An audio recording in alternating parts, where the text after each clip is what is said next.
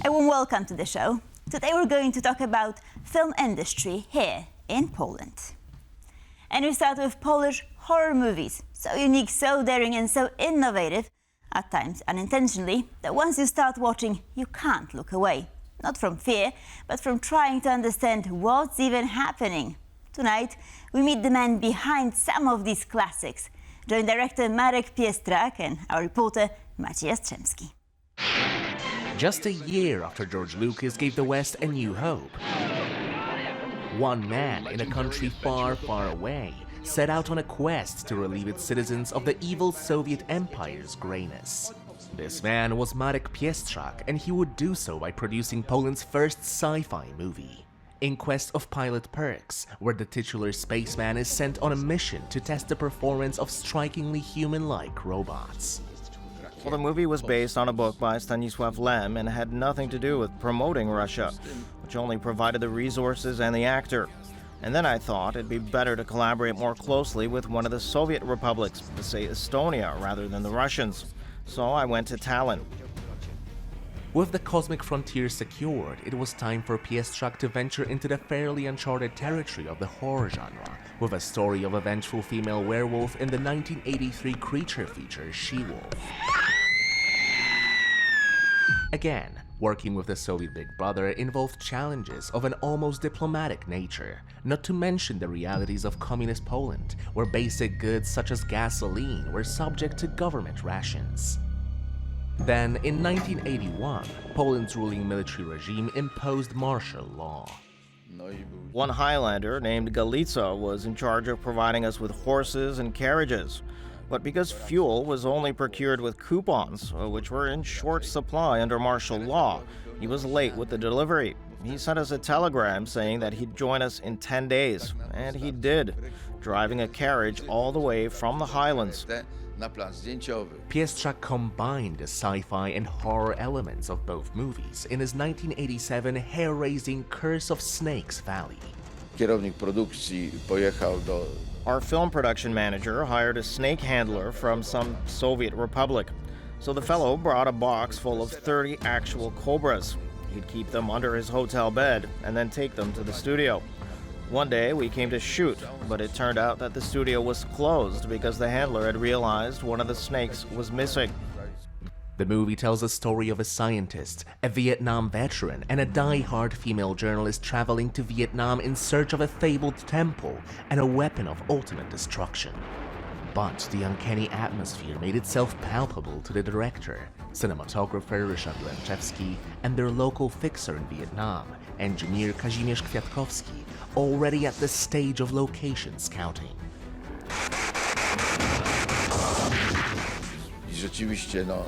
We camped under a starlit sky. We were enjoying tea and good banter around the bonfire with Mr. Kwiatkowski, who sat in front of us.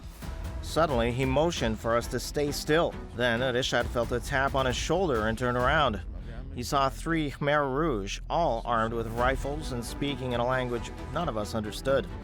Then their leader made a gesture recognized by all. They wanted a smoke. We gave them several extra strong Polish cigarettes, and they left us alone.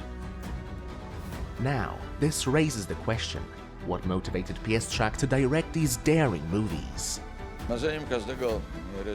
It's every filmmaker's dream to direct movies. What was my big success? I made the kind of movies that I wanted to make, even if they were popular movies, and yet they enjoyed fairly good reviews. They live on, and I think that's enormously satisfying in a way. The Energa Camerimage International Film Festival is a living testimony to the greatness of the Polish School of Cinematography. On the heels of the recently concluded 33rd edition, let's go on a walk through the history of one of the world's biggest cinematic events. While it's the actors and directors who become celebrities, the magic of great films is achieved by many people. In Poland, there is an entire festival devoted to celebrating the artistry of camera operators, and it's called Camerimage. Cinema is the most popular entertainment in the world, but at the same time, cinema has the magic power to rouse our conscience and move our souls. Camerimage was first founded in 1993 by Marek Piestrak, art historian, curator, film producer, and a friend of David Lynch. The festival launched in Toruń, the city where Piestrak studied and lived. Fun fact, the statue awarded at Camerimage was named the Golden Frog, inspired by a legend in which a raftsman saved Toruń from a frog plague by playing his violin so beautifully that the frogs followed him out of the city and into the marshes. In the year 2000, Camerimage moved to the Polish capital of cinema, Łódź. It made sense. It's home to one of the world's top film schools. 10 years later, it moved to Bydgoszcz. Eventually, in 2019, the festival returned to its birthplace, the medieval, picturesque, and artistically vibrant Toruń. The idea behind this festival is to focus on what's most important in film, the artistic values, both in style and substance. Over the years, the festival grew in popularity and status. It attracted bigger and bigger names, like Terry Gilliam, Keanu Reeves, and the aforementioned David Lynch, who received a Golden Frog for Lifetime Achievement as a director in 2012. The 2024 edition of Camerimage was overshadowed by a controversy. Marek Piestrak published an op-ed in Cinematography World magazine where he wrote, While Energa Camerimage strives to acknowledge the contributions of women in cinematography, it also aims to maintain artistic integrity. Change? Yes, but let's remain decent and honest. It's about rapid evolution, not a fanatical revolution that destroys the cathedrals of art and throws out its sculptures and paintings. Many deemed the op-ed sexist. Notable names boycotted the festival, like the Substance director Coralie Fargeat. Kate Blanchett led the jury, but noted she was ready for discussion. The op-ed itself was eventually retracted, sparking debate on everyday discrimination of women in the film industry. Camerimage eventually joined the Club of Cool festivals, where true film lovers gathered to appreciate cinematography. We have workshops for camera operators, video editors, lighting technicians. We have film equipment on display. Everyone can find something for themselves. It is the festival for cinema nerds. Wielka rodzina. Grand worldwide Camerimage family can be envied. Jest to pozazdroszczenie. Warsaw has become one of Europe's most camera-friendly cities. Its streets, squares and skyline serving as a backdrop for everything from intimate dramas to international blockbusters. Tonight, we explore some of the locations in Warsaw that continue to capture the imagination of directors from around the world. We're starting off our review with A Real Pain, the movie starring Jesse Eisenberg and Kieran Culkin as mismatched cousins who reunite for a Jewish heritage tour through Poland in honor of their late grandmother. Don't forget, the film brought Culkin an Oscar. We're in front of Warszawa Centralna, where the movie Real Pain was shot, and the funny thing is, they didn't shut down the whole building. Like, people were waiting actually for their trains, and Jesse Eisenberg with Kieran Culkin were walking around and filming the scenes when they are going on their trip. In filmmakers' minds, some trips are expected to take a detour. This applies to the 2014 Indian Hindi language action comedy Kick, whose seminal stunt involved a car chase and a double-decker bus falling off the Gdański Bridge into the Vistula. Now, let's take the bridge to Warsaw's eastern district of Praga and the Stalowa and Mała streets. Both were used as sets for Roman Polanski's Oscar-winning 2002 epic biographical historical drama The Pianist, which follows Polish-Jewish pianist and composer Władysław Szpilman through the hell of the Holocaust. We had moved in here, so I had the chance to watch the movie set with my kids. The whole place was redecorated to maintain the film's historical accuracy. The kids loved seeing prop buildings and trams from the period whoosh by. Praga is still being used, especially by music videos who are looking for that realness, who are looking for that raw, that grit, that sort of, maybe without sounding offensive to Praga, looking a little bit shabby, a little worn around the edges. Other Polish cities are as much, if not more, of an apple of filmmakers' eyes. Steven Spielberg chose the Liban Quarry, located on the edge of Krakow's Podgórze neighborhood, where he constructed a detailed replica of a concentration camp for his Schindler's List. Wrocław, on the other hand, had its UNESCO-listed Centennial Hall, featured in the Hunger Games as its notorious arena. Now, why would foreign filmmakers cross hundreds and thousands of kilometers to shoot in Poland?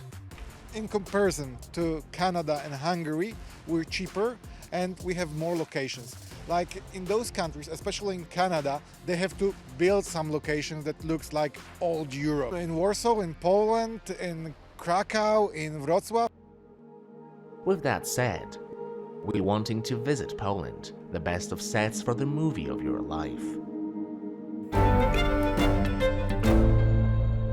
And now it's time for Culture Beats, and we begin with the first ballet premiere of the season at Warsaw's Teatr Wielki, the Polish National Opera, opening with an evening in 3 movements: Beethoven's 7th Symphony, Bizet's Symphony in C, and a Chopin-inspired piece titled S. Together, they spell out, quite literally, the Symphony of Dance. Karolina Szapland was at the premiere.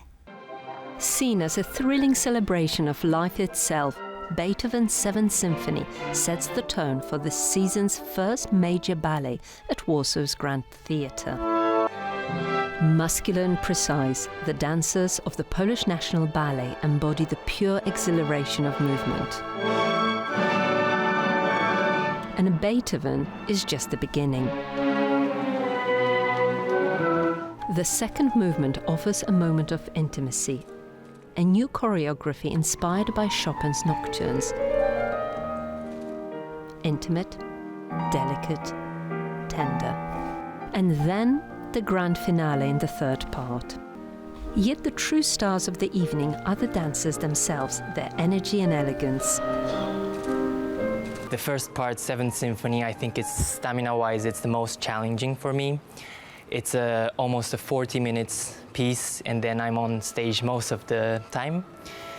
Sitting, standing, jumping. It could be very heavy for my legs. It was very hard in the beginning, but after a few rehearsals, we already had the base and we were just cleaning it until today. And it's very, very satisfying standing there with all my friends around and finishing this wonderful ballet. And you too can experience the Symphony of Dance ballet at Warsaw's Grand Theatre National Opera until the end of November.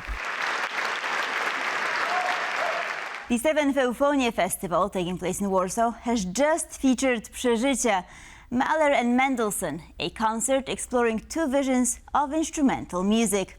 For Mendelssohn, it was all about sound and form. For Mahler, music told the story of the human struggle itself. Our reporter Natalia Komarow was there for the Eufonie Festival's opening night.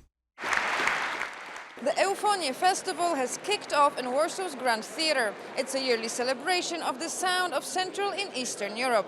This year's mysterious theme is After Images and Afterglows. Afterglows and after images sounds a little bit poetic, which is great because you can interpret as you wish. For us, of course, is a collective memory of our region, whatever we inherit. For the opening gala, Sinfonia Varsovia performed Mendelssohn's Concerto in E minor, Opus 64, with the first violin played by Julian Rachlin. Mendelssohn's Concerto is incredibly emotive, touching with beautiful motifs and a beautiful solo on the violin. The festival Eufonie is an opportunity to discover the diversity of the region, but also the similarities. At the festival, we get to meet performers we don't know so well. We get to listen to the music of our neighbors, who seem like old friends, but in reality, we don't know much about each other. The 2025 edition of Eufonie is the biggest one yet, proving that music is our region's great soft power. From Warsaw for TVP World, Natalia Komarow.